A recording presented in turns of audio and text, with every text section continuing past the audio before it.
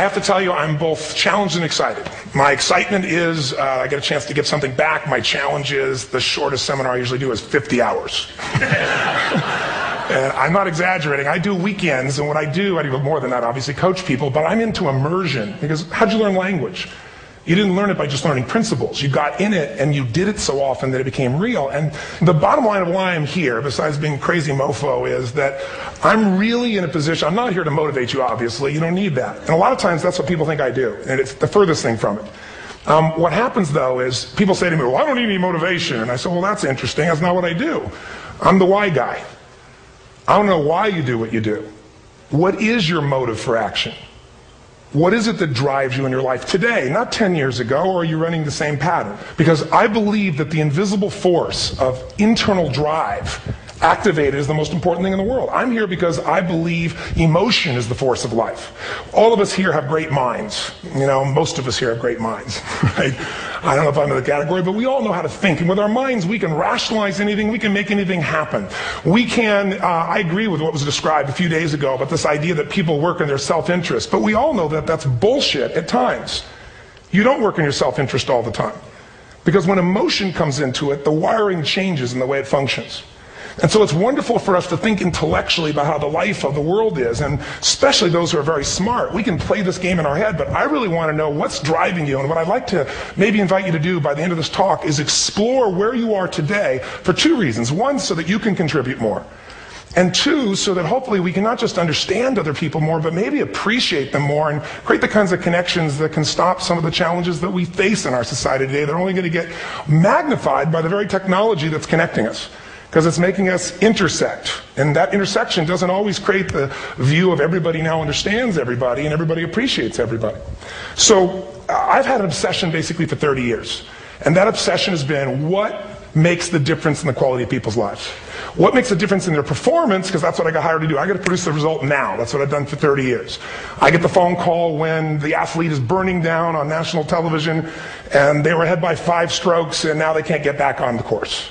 And I got to do something right now to get the result or nothing matters. I get the phone call when the child is going to commit suicide, and I got to do something right now. And in 29 years, I'm very grateful to tell you I've never lost one in 29 years. Doesn't mean I won't someday, but I haven't done it. And the reason is an understanding of these human needs that I want to talk to you about. So when I get those calls about performance, that's one thing, like how do you make a change? But also, I'm looking to see what is it that's shaping that person's ability to contribute, to do something beyond themselves. So maybe the real question is, you know, I look at life and say there's 2 master lessons. One is there's the science of achievement, which almost everyone in this room has mastered to an amazing extent. That's how do you take the invisible and make it visible, right? How do you take what you dream about and make it happen, whether it be your business, your contribution to society, money, whatever it is for you, your body, your family. But the other lesson of life that is rarely mastered is the art of fulfillment. Because science is easy, right? We know the rules. You write the code, you follow those, and you get the result. Once you know the game, you just, you know, you up the ante, don't you? But when it comes to fulfillment, that's an art. And the reason is it's about appreciation and it's about contribution. You can only feel so much by yourself.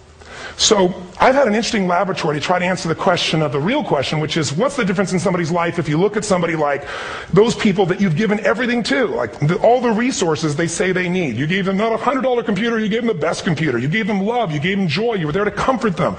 And those people very often, and you know some of them I'm sure, end up the rest of their life with all this love, education, money, and background, spending their life going in and out of rehab. And then you meet people that have been through ultimate pain. Psychologically, sexually, spiritually, emotionally abused, and not always, but often they become some of the people that contribute the most to society. So the question we got to ask ourselves really is, what is it? What is it that shapes us? And we live in a therapy culture. Most of us don't do that, but the culture is a therapy culture. And what I mean by that is the mindset that we are our past. And everybody in this room, you wouldn't be in this room if you bought that theory, but most of society thinks biography is destiny. The past equals the future. And of course it does if you live there. But what people in this room know, and what we have to remind ourselves though, because you can know something intellectually, you can know what to do and then not use it, not apply it. So really what we got to remind ourselves is decision is the ultimate power. That's what it really is. Now when you ask people, you know, have you failed to achieve something? How many have ever failed to achieve something significant in your life? Say aye. Thanks for the interaction on a high level there. But if you ask people, why didn't you achieve something? Somebody who's working for you, you know, or a partner, or even yourself, and you failed to achieve a goal, what's the reason people say they failed to achieve? What do they tell you?